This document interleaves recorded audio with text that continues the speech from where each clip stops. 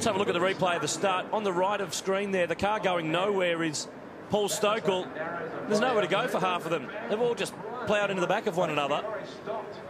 Yeah, it looks like Paul Stokell's car either stalled or... Carl Reindler went about 2 years after Karate went. Alajarjan hasn't moved as well, so both cars there just stopped, and then there was just mayhem behind them. So obviously, Fiore's out. BJ Cook got through there. This is Wayne Miles. Away he goes. He's racing. He's going for it. Well, hang on a second.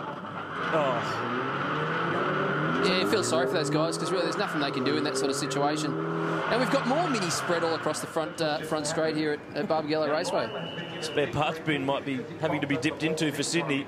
The yellow flags fly on pit wall to warn the drivers that there's a stalled car. And it just looked like it was a clear communication drama. Some guys thought they were racing. Some thought they were taking off for a warm-up lap. And the end result is we've lost a couple more of them. The survivors are reformed on the grid, ready for take 3. At this rate, I don't think we'll have anyone left for the pit stop. So, are we racing this time? Well, I think everybody should be pretty clear on what we're doing here. Karate and Reindler, front row. Take 3. I don't think I've ever seen this before. No, it's certainly something different. I'm not even sure they're organised down there. There goes the 5-second board, so hopefully we'll get the lights on this time. And we're off racing. Well, we've said it twice before. Let's just hope we at least get 1 lap in the books. This time, it's the same result. Nathan Karate leads. Karate, Stokell gets away this time. He's 3rd from Chris Alajarjan. Next is Grant Denyer.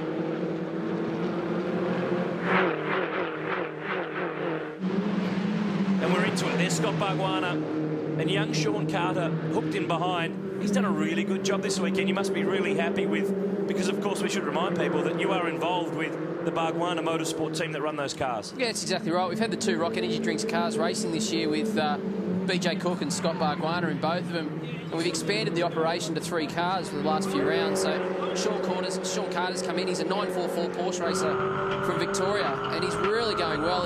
His first race was at Indy. It was a bit of a daunting process for him there. He'd never been to a street circuit before, but he's been quite competitive here this weekend on what you call a normal race circuit. Alajarjan down the inside of Stokell. Big move. Makes it stick at turn 7, but Stokell on the inside. That's it. So when you go down the inside there, you've got to be so careful not to run wide. And it'll give Stokell the opportunity to get back on the inside, but he wants the points. He's not going to get involved with a battle with Chris Alajarjan. And the thing you have to remember, you can see there on Paul's rear window, it says 50 kgs. He's carrying the maximum ballast, 50 kilograms. So he can get a great run out of the corner, but the fact is, he's heavier than everybody else and just really has to wave them goodbye. You really notice it under braking, that weight. When you're trying to pull the car up, you can just feel the way the car behaves under braking, and then on the acceleration off the corner, it just takes the edge off it. Well, guys, on that first reg flats, Scott Barbagallo came into pit lane. He's having some problems with the ABS braking, really struggling under brakes, but the team have tried to repair it as much as they can. They're going to leave him out there and just see how he goes, and hopefully he can survive this race. Thanks, Bryony. The cars that are left out there for this, we call it, I guess, part 3 of race 3, there's 9 on the road. 2 of them that have been involved in the 2 red flags were cars with co-drivers. So the only combination in this race at the moment is that of Carl and Chris Reindler. I mean, those 2 guys also, it's a very strong combination there. Only a couple of tenths apart. Carl Reindler obviously having a good run at Bathurst this year with Jason Bright. So his experience at this sort of longer formats, no dramas. Although we're on the short format now with only a 20-lap race, but the driver change will be interesting to watch and disappointing for all of us here that we can't see more guys doing driver changes. And of all the drivers who are driving solo, remember they have to jump out, hands in the air, wave them around like they just don't care, jump back in and get going again. And there's no point in rushing it, because in 45 seconds, that's what you're governed to. It doesn't matter if you do it all in 30 seconds, because then you've got to wait. That's right. And they brought the 45-second rule in to make it safe, to make sure that no one actually tried to leave pit lane with belts not quite done up properly, not in the car, window nets are in place. These guys aren't experienced in this sort of thing, so they didn't want to pressure him, didn't want to rush him. They gave him a window of 45 seconds, but I can assure you there'll be still guys outside that window. Your boys are fighting here. Barbagallo and Carter, 6th and 7th, down at turn 7. Well, Guy Andrews, that's disappointing. You won't end up racing in this race. You saw those replays involving Leanne Tandra and Aaron Caretti. Your thoughts? Yeah, I mean, she did a great job to avoid that wall. If she had gone in head-on, it could have been quite bad for us. So, you know, at the end of the day, if she's unhurt, which I think she is, that's fantastic. Yeah, sure, I'm disappointed I didn't get a drive, but, you know, the best thing is she's okay. Until this point, how has the team been working this weekend? Really well. It's great working with Leanne. She's such a pro, and we had our changeover sorted out down to about 30 seconds, and she'd moved up a couple of spots, and I was really pumped to get out there and give the guys a bit of a challenge. But you know, I'll live to the next one. Thanks, Guy. Thank you.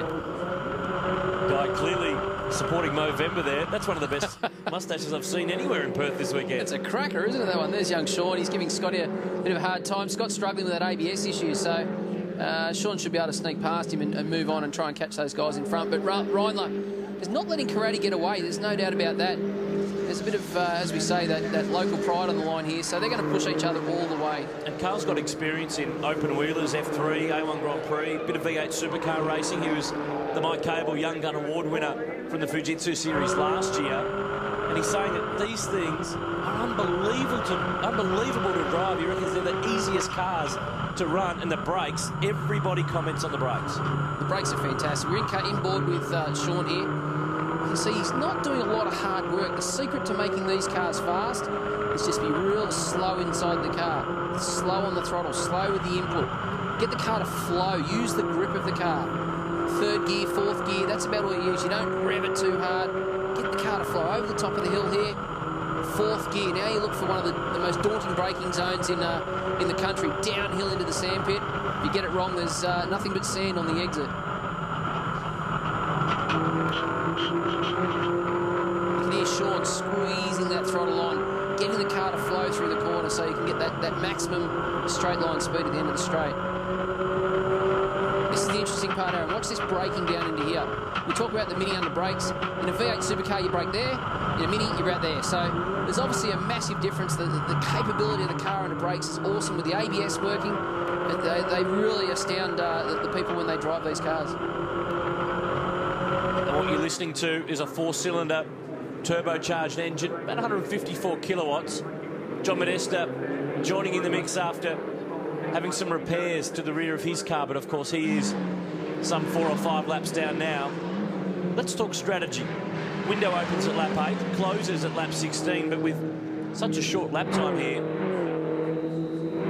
Well, that's exactly right. If you're in a position where, you know, you've got a 45-second stopping time, you've got 25-odd seconds, 70 seconds, a complete stop, you will go down a lap from the leaders. So you've got to be very careful how you put your strategy, and hopefully you get it right, stay on that lead lap. So I suspect we'll see everyone in pit lane at that last lap of the window. Caretti and Reindler. Nathan's not been able to skip away like in the race we covered yesterday. There's Alajarjan in third, Stokel is fourth. He came in this weekend with a really handy points margin, and had he been dominant up front, could have wrapped up the championship before Sydney, but I don't think he quite will do that. It will stay alive until Sydney Olympic Park in a fortnight's time. But he's been the dominant man this year after being runner-up in the category's inaugural year in 2008. Yeah, he was a bit unlucky last year with some of the issues they had with the car. Sean Carter giving Scotty a hard time there. He's probably the faster car, but Scott needs the points, so he's doing everything he can at the moment. The battle for second in the championship right down to the wire with Stokel so far in front, but you can see Sean's got a little bit more speed there, and looks good, the two cars together, doesn't it? Any team orders? Yeah, don't hit each other, because the checkbook's not fat enough. A few others have failed in that regard in this race so far. We're on lap 7, so in the leader, Nathan Caretti completes lap 8. Pit lane is open to all to come in and complete their mandatory 45-second stop.